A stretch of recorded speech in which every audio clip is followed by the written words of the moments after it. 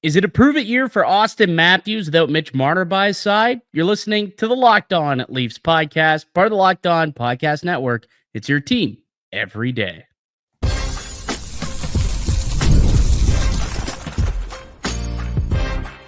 You're Locked On Maple Leafs, your daily podcast on the Toronto Maple Leafs.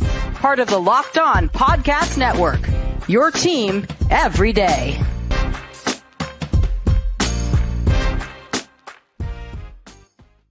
Hello and welcome into the Locked On Leafs podcast, a daily Maple Leaf-centric podcast hosted by myself, Mike DiStefano, and my co-host, Dave Morassutti. Today's episode is brought to you by Gametime. Download the Gametime app, create an account, use the code LOCKEDONNHL for $20 off your first purchase. What's happening, Dave? How are we feeling on a Friday? Doing pretty good. We're starting to hear the little... things are happening. You got the Europe media tour happening in Milan. Where was my invite? I'm sorry. This is really ridiculous. I know. I wish that you and I could be out there and do the car wash with a lot of the guys in Milan, but I don't think it was in the Locked On budget to send us out there this year. We could send an email to David. We could send the boatload. Yeah, we could send an email to David Locke and see what happens, but I'm not sure it's in the budget for us here.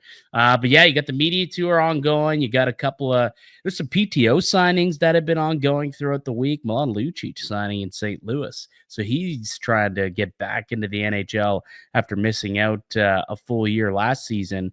But you got guys getting back into the city too. Like we're close to training camp. You got guys getting back into Toronto. Like I know Auston Matthews, he was back in the city. He was taking part in that hockey night in Brampton event that was great the other night. So him and Chris Tanev was also involved. They're both captains on the two teams, raising money for the new hospital in Brampton. So it's great to see. I know there's some legends out there, Cujo, Gary Roberts, among the guys who were out there as well. So it sounded like it was a pretty fun event.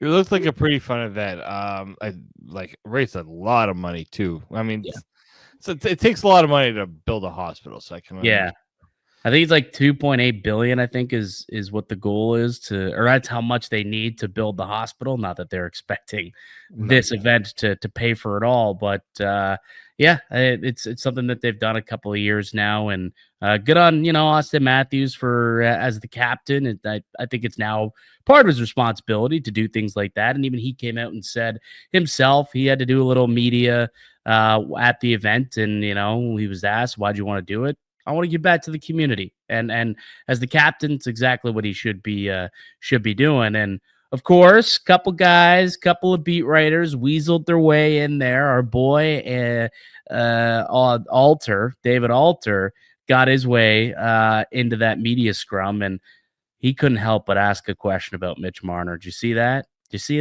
He's at a charity event, and he's like, "Yeah, what's going on with Marner? How you feel about no Mitch Marner?" Of course, David Alter had to get there. I mean, Dave Alter's got some stories to write. He's got content to fill. And we need content too. So it's better that he goes and he asks the question rather than us being in. I had to get considered. I would have went. I would have went. We should have asked. We probably could have got credentials to it realistically if we would have asked. Maybe we should have. Considering it was not a Leafs event, we probably could have. Next year. Yeah, we'll keep an eye on things and we'll try and do it next year. But he did answer a question about Mitch Marner and his departure from the Toronto Maple Leafs and how he thinks the team will fare moving forward. Why don't we play the clip here and hear it right from the horse's mouth himself? Here's Auston Matthews at the event speaking on Mitch Marner's departure from the Toronto Maple Leafs. Any thoughts on Mitch's departure? Oh man, yeah, right to it. We'll obviously miss him. He's a great friend, great teammate. That's kind of the business side of it. That's tough, but obviously wish him nothing but the best. And we'll just keep it moving. Now, was it David Alter that asked the question? It sounded like Terry Koshan. Oh, maybe it was Terry. I was blaming Alter, but you're right. It was. I listened to it earlier. I listened to the whole scrum. I know Alter was there, and he did ask a couple questions. Yeah. So maybe I was just mixing up who asked. But you're right. It did sound like Mustache Terry Koshin might have been the one to get the question in there. And Terry's a beauty, so that doesn't surprise me that he's the one who got right in there with the hard hitting question. But I mean, he gave a very diplomatic answer. Obviously, you know, they're gonna miss him. He's a good friend of mine, great teammate. But we got to move on. And ultimately, it's true. It's where the Maple Leafs are at right now, and they do have to move on. Life after Marner officially began when he was traded, 6 or so weeks ago. It's probably 7 weeks now since that trade went down. So he, he said exactly what I expected to. But the conversation surrounding Auston Matthews right now is weird to me, Dave. I don't know if you're having these conversations with people, but I was at a card shop. I was at a trade night, and a bunch of Leaf fans there, and just hockey fans in general. And we're all just shooting the breeze, talking shop, talking puck, and the slander that's being hurled around Auston Matthews right now, or at least it was in that room the other night, really shocked me. There was a guy out there that literally said Matthew needs Marner more than Marner needs Matthews. Like, talking about how Matthews might only score 30 goals and 70 points this year again, just like he did a season ago. I'm like, is this the sentiment around Leafs Nation, that without Mitch Marner, Auston Matthews is going to take a massive step back? Are you hearing some similar stuff, or am I just hanging around the wrong people? No, we kind of had that conversation with Frank the other day, where can Auston Matthews have the same offensive output without Mitch Marner? And here's the thing. We have seen Auston Matthews play without Mitch Marner. Auston Matthews, I don't think, has ever really had that much of a dip. It's obviously with Marner, the production's at a great level, but we've seen the Leafs play Matthews with other players, and it's gone okay. Like, it's gone well. I remember that line was Bertuzzi, Matthews, and Domi. Worked out pretty good when he went on and scored 69 goals. Yeah. He didn't play with Marner that entire season. So I do think, people have just also, it's not even the Marner factor. It's also the injury. It's also the health. I can understand if you want to have the health question about Auston Matthews. Don't have is he still a good offensive producer? And you know what? Kind of hope that conversation continues, it festers, and Auston Matthews catches wind of it, because I kind of want to piss off Auston Matthews this year. Wouldn't that be nice? Wouldn't that be nice? You get a pissed off Auston Matthews who kind of takes things a little personal, right? The way that was a Michael Jordan, and I took that personally. So I hope he does hear it. You're right. I hope he hears it. I hope everyone talking about how they expect him and a big decline to come from him, because he wasn't the one who was making the magic. Apparently, a lot of Leaf fans believe that Marner was the guy who kind of led the charge on that top line over the course of the last couple of years. And don't get me wrong, Marner is obviously a big part of the success that Auston Matthews has had, and I'm not saying that he's not going to miss him at all, but to an extent where people are literally thinking that this guy's going to be a 30-goal, 70-point guy. Like, that was literally the stat line that a guy told me yesterday. So 30 goals, he won't score more than 70 points. I'm like, are you crazy? If this guy's healthy, he's still going to encroach and probably be right in the mix for the Rocket, 50-plus goals on the year, and probably end up with over a point per game. Like, Auston Matthews is still an incredible player.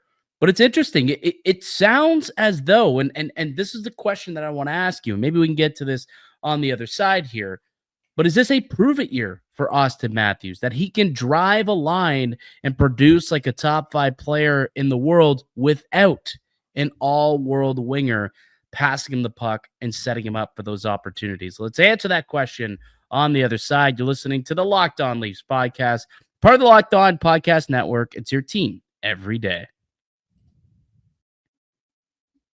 Today's show is brought to you by Gametime. Have you ever decided last minute to head to the ball game with friends or family? Maybe it's a game day and you suddenly realize you want to be in the stands. That's exactly where Gametime comes in. It's the easiest way to grab last minute tickets without the stress. With the money you save on tickets, you can splurge on food, drinks, merch, Even invite a bigger group to come with you. Gametime makes it possible.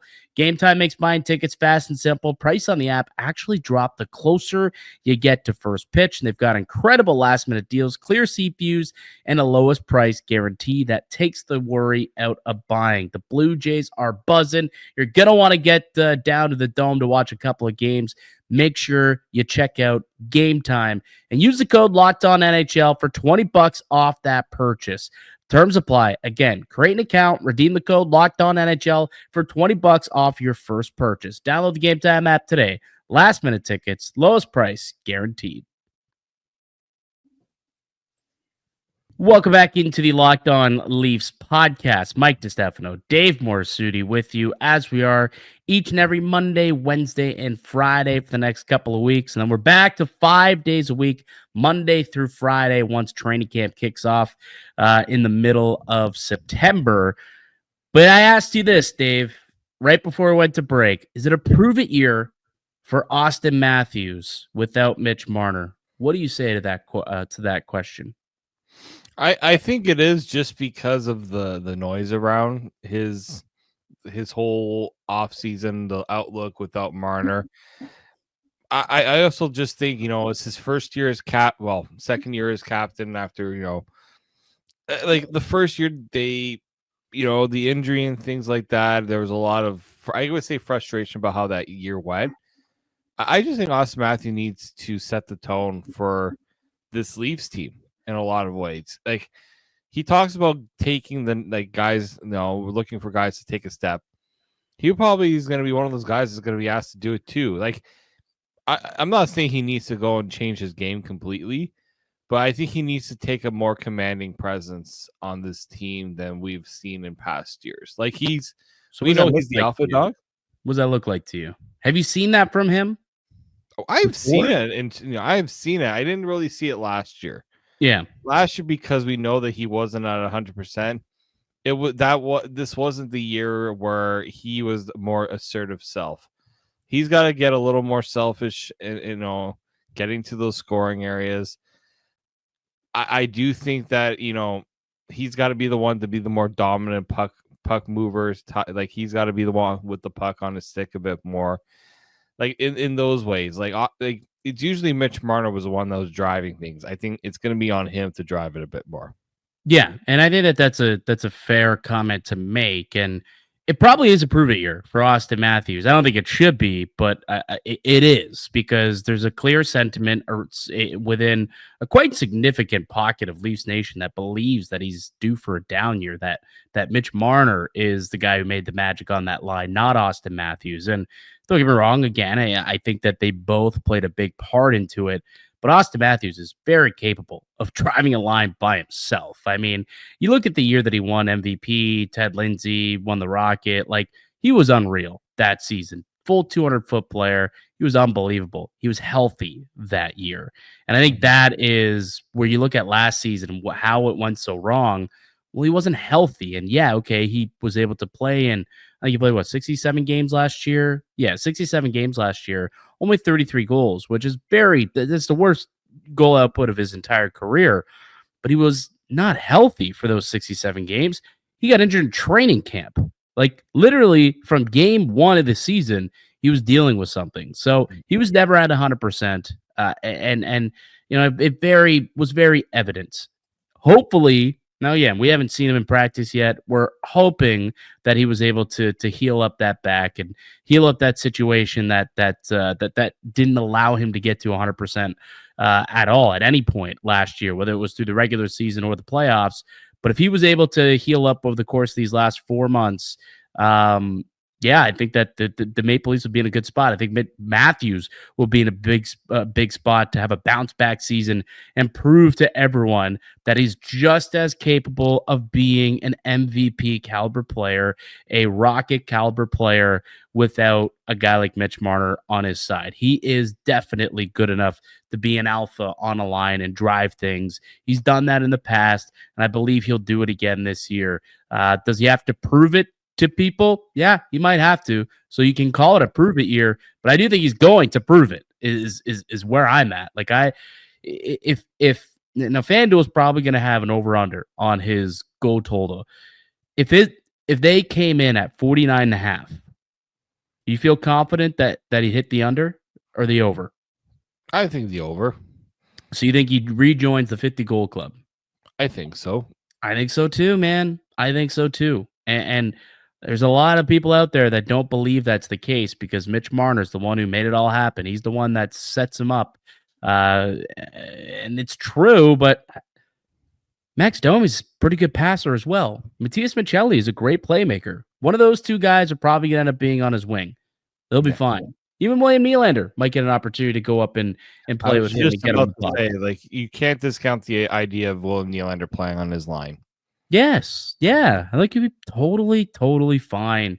I'm taking a peek at his numbers over the course of the last 3 years with and without Mitch Marner. And funny enough, you look at his numbers with Mitch Marner, his expected goals for with Mitch Marner is Matthews' expected goals for is 54.93% without Marner.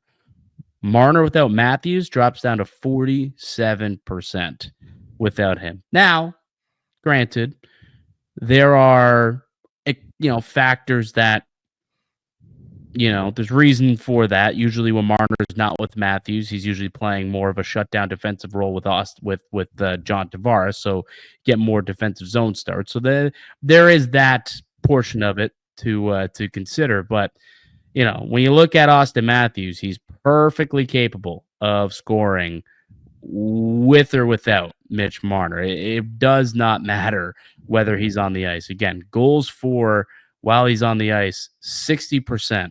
Goals for with Mitch Marner, 63% without Mitch Marner.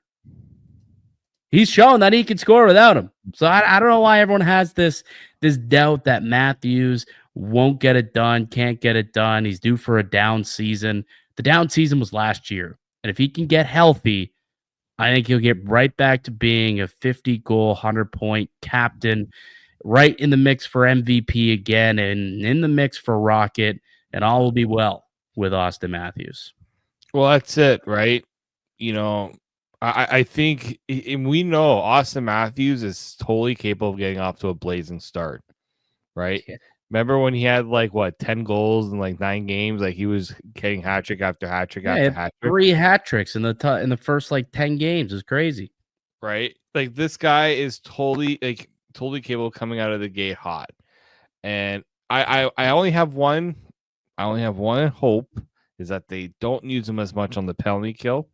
Yeah, I'm hoping the addition of Nicolas Waugh, I should say, will help ease the need for him to play on the penalty kill as much. Because I think when you put him in those situations, it takes away from what he can do offensively. Because playing on the penalty kill is tiring. It's tough minutes you play. So leave the tougher minutes to the other guys. Let's let Auston Matthews focus on being a little more offensive minded. I'm not saying take him out of defensive situations, but remember why you're paying him a crap ton of money. Yeah, you don't need Auston Matthews killing penalties. And it's a big reason for why you went out and got the guys you got this offseason. Like you mentioned, Nicolas Waugh, right? They'll have Scott Lawton as a holdover from last year who can obviously kill some penalties. You've got Matthew Nyes who can kill penalties. Steven Lorentz was a great penalty killer a year ago. Dakota Joshua has killed penalties throughout his career. So you've got some players that you feel comfortable with in a penalty killing role, and you don't have to exhaust him in those scenarios. So yeah, I think that's another thing, right? You don't exhaust him there, and that means that okay, now who's getting the first shift after a penalty kill? Auston Matthews. You're gonna throw him out there after a penalty kill, and hopefully he'll be able to dominate. With most likely what was the opposition had their best players on the ice for the power play. Well, now they got to take a seat for a minute and get a breather. That's when you send Auston Matthews out there. Maybe they can score a goal off of these penalty kills, which they weren't doing a whole lot of a season ago. So there's another reason to be excited about the makeup of the group. And that's really they moved on from Mitch Marner, and they decided we're going to do it by committee And it's those committee players that are going to have to step up. The Dakota Joshua's, the Nicola Watt, right? Scott Lawton, Stephen Lorentz, Bobby McMahon can kill penalties. Nice. Maybe Yarn Croc could potentially kill some penalties for you, right? If David Camp is still on the team, he's probably going to kill penalties for you when he gets into the lineup. So there's a long list of forwards that should be out there ahead of Matthews when it comes to killing penalties for sure. But yeah, I think it is a prove it year. There's a lot of doubt that Matthews can still be an all-world player without a superstar winger next to him. But I think that he'll prove all those doubters wrong and deliver a big-time season, 50-plus goals, point per game. He'll be right in the mix again for the Hart, for the Rocket. I'm not worried about a down year coming for Auston Matthews. If he's healthy, he's going to deliver for the Buds, at least in the regular season. We'll see what the playoffs bring. I was going to say, we're just talking about regular season right now. Yeah. There'll be some proving to be done in the playoffs as always. Yeah, that's a prove it for everyone. Come the postseason. Absolutely for everybody. All right, let's take a break. We'll come back. The Athletic Confidence Rankings, the results have been released. So we know where the fan base stacks up when it comes to the Maple Leafs and the confidence in the front office with Brad Treliving and company. We'll get to those results next here in the Locked On Leafs podcast. August 26th is officially FanDuel Futures Day, brand new holiday for football fans who live for bold predictions and preseason hunches. For just 24 hours, FanDuel is giving you deals on NFL season predictions. So whether you're calling your MVP, eyeing a long shot division winner, or ready to crown your Super Bowl champ before week one even kicks off, this is your moment. Feel good about the Bills, feel good about Josh Allen.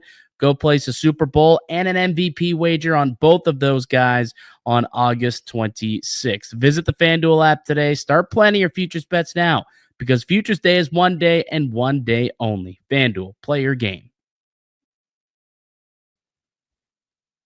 Welcome back into the Locked On Leafs podcast. Mike DiStefano, Dave Morassutti with you as always. You can find the podcast free and available wherever you get your podcasts and also up on YouTube if you're looking for the video version of the pod.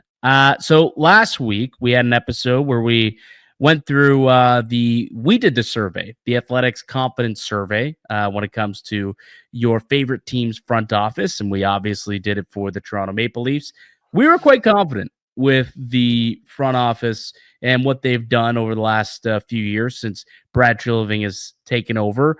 The rest of the fan base, not as confident. Quite surprised that they rank 24th in the NHL based off the survey results. Does that shock you, Dave? Now, they did move up. They were 30th last year. So they did move up to 24th, but I don't know. I feel like the front office deserves a little bit more respect than that. Yes, I do believe it does, especially a little bit more from the fan base in certain areas, but man, the public, just a bunch of haters. It was actually last year, the fan base was less confident in this team in the front office than the public was. Yeah, that's literally it flipped. Yeah, I think it was 47% last year, and then it was 29% for the fan base last year. Now it's 40% for the fan base and 20% from the public. Do you want to pull up the report card, the results, I suppose? Yeah, I always pay report card time, so this is like just typical. Yeah. So here it is basically. So the Toronto Maple Leafs were given a C grade, and that's with a combination of what the public and the fan base both thought. So roster building, the public gave them a C plus. The fan base gave the Maple Leafs a C, which is asinine to me. Like I don't understand. Like that, a C for the roster. How much of this do you think is Mitch Marner related? The fact that they let Mitch Marner walk, because a good amount. It has to be, right? Yeah. It's got to be. It just goes to show, just like as much as Leafs fans were comfortable with, well, they didn't. I'm not sure they're always singing praises of Mitch Marner being gone, but there are definitely people, like everyone that asked me, like I was on Locked On NHL does their off season kind of look for the game night actually. Yep. So whether or not the Leafs are in a better position without Mitch Marner, and that dominated pretty much the episode I did, and so it goes to show that everyone around the league is pretty much saying it's a disaster that the Leafs don't have Mitch Marner anymore. Well, if you ask the fan base, there are some who are just like, good riddance, fait accompli, adios, arrivederci. We'll see you in the next life. Pretty much. Yeah, it's a polarizing topic. It's definitely a polarizing topic here in the city of Toronto. Cap management, the public gave them a C-. The fan base a C+, which ranks 23rd. They have cap space for the first time in forever. I know. I'm really curious how much of that, like, how do you only get a C? I just don't understand how you get a C-. Like, the public gives them a C-. They don't have many albatross contracts anymore. Who's an albatross contract?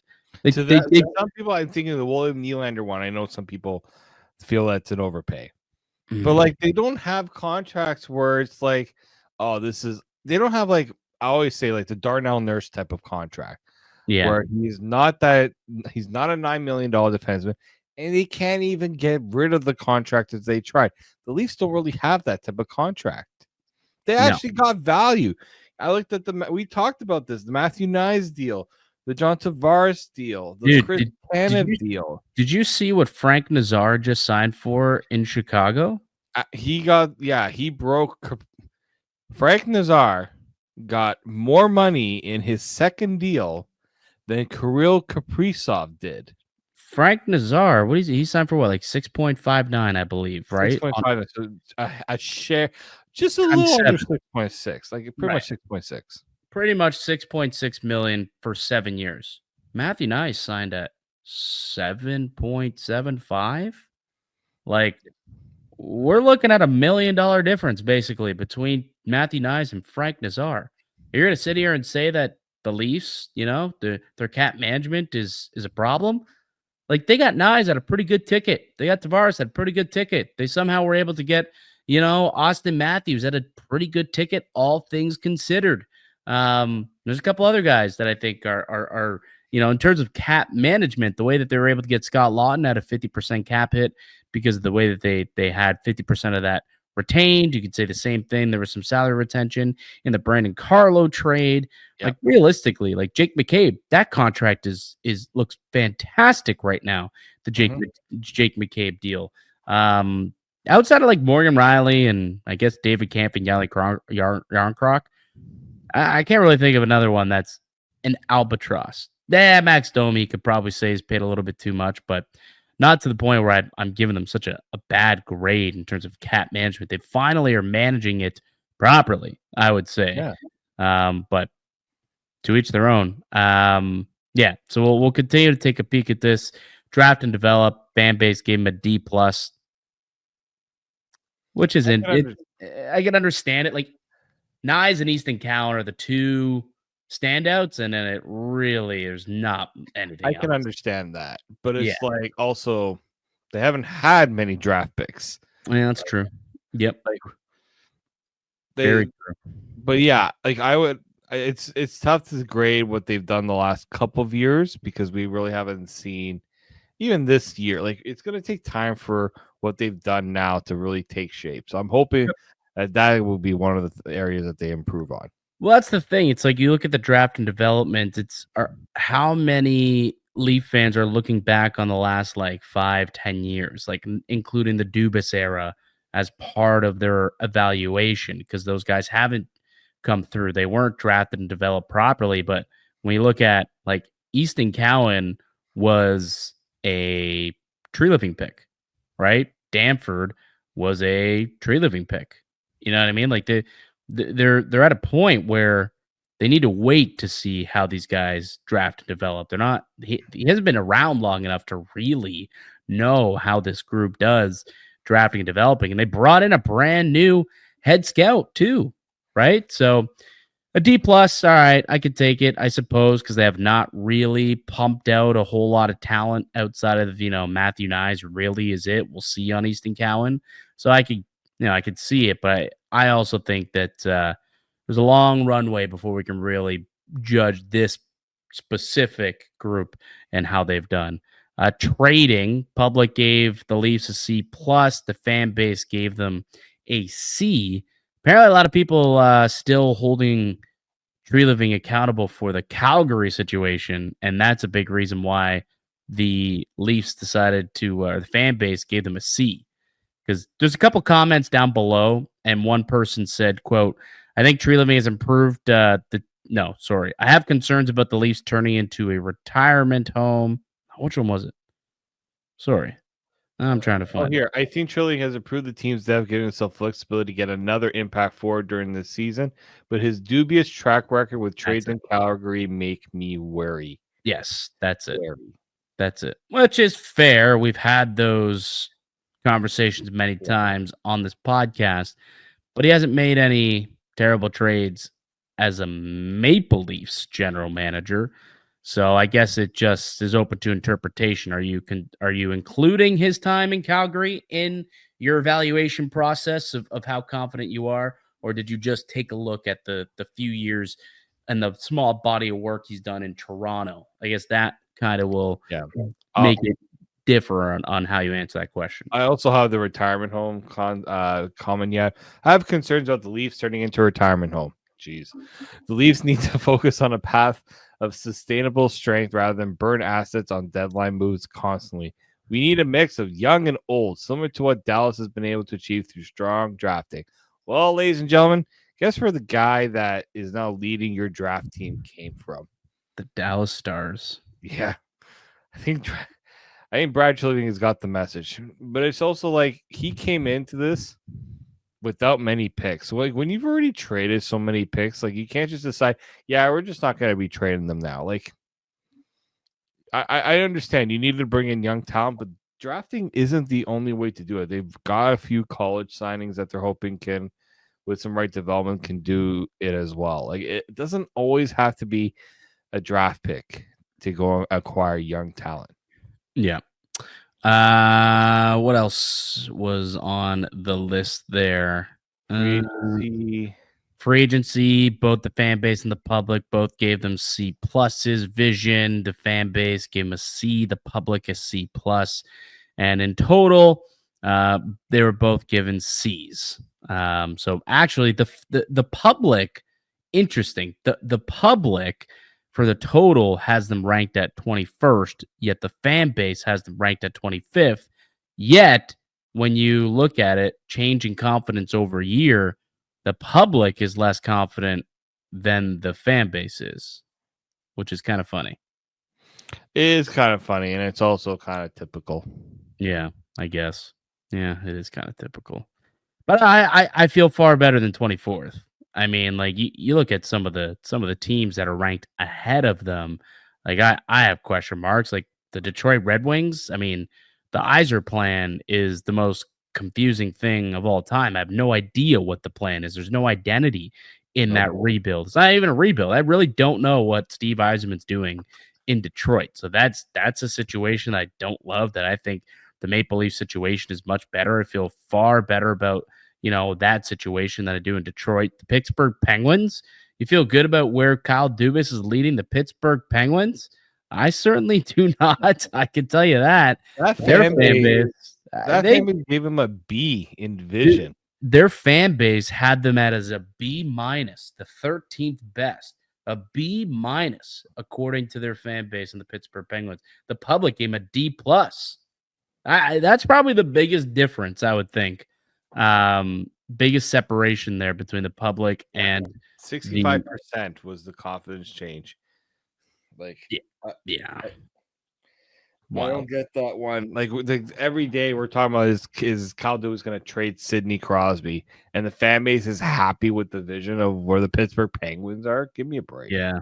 The Islanders coming in at 15. They were dead last a year ago. Is it? Well, I can understand the Schaefer situation Like, you get that you get the first overall pick. That's a big boost. For Yeah.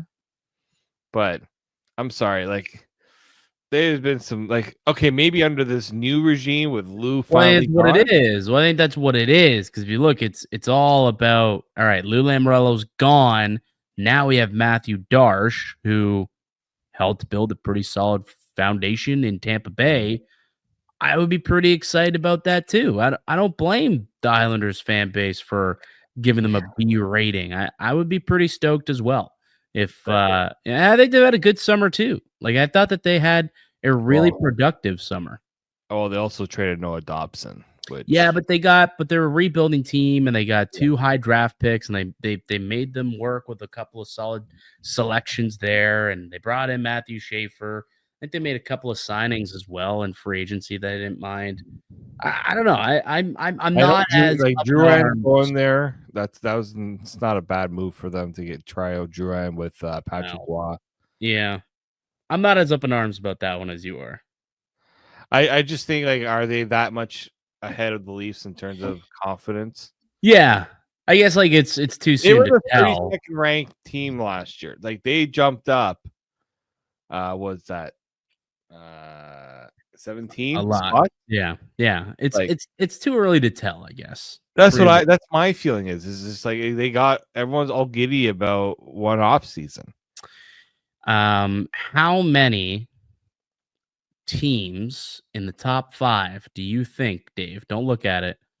Are no income tax states? I didn't even check the top 5. They went. Take a guess who's number 1. Well, I can tell it's Dallas, right? No, Florida. Oh, is it? Sorry. Yeah, that makes sense. I think Dallas is up there. Yeah, they're number 2. Okay. Florida A+. They got an A+. Well, because they pulled the Houdini Act on everybody. Yeah. I would say probably out of the top 5, 3. So number 1 is the Florida Panthers, which is a no tax state. Dallas, no tax state. So that's 2 so far. Carolina is not. Tampa, so 3 of 4. And the Montreal Canadiens coming in at number 5 is the top Canadian team. So 3 of the top 5, are no income tax states. But then Vegas at 6 is another one. So 4 of the top 6 are no income tax states. It's a little easier to manage your cap and trade and have free agency work out for you when you could shove a couple extra bucks inside of your players' jeans.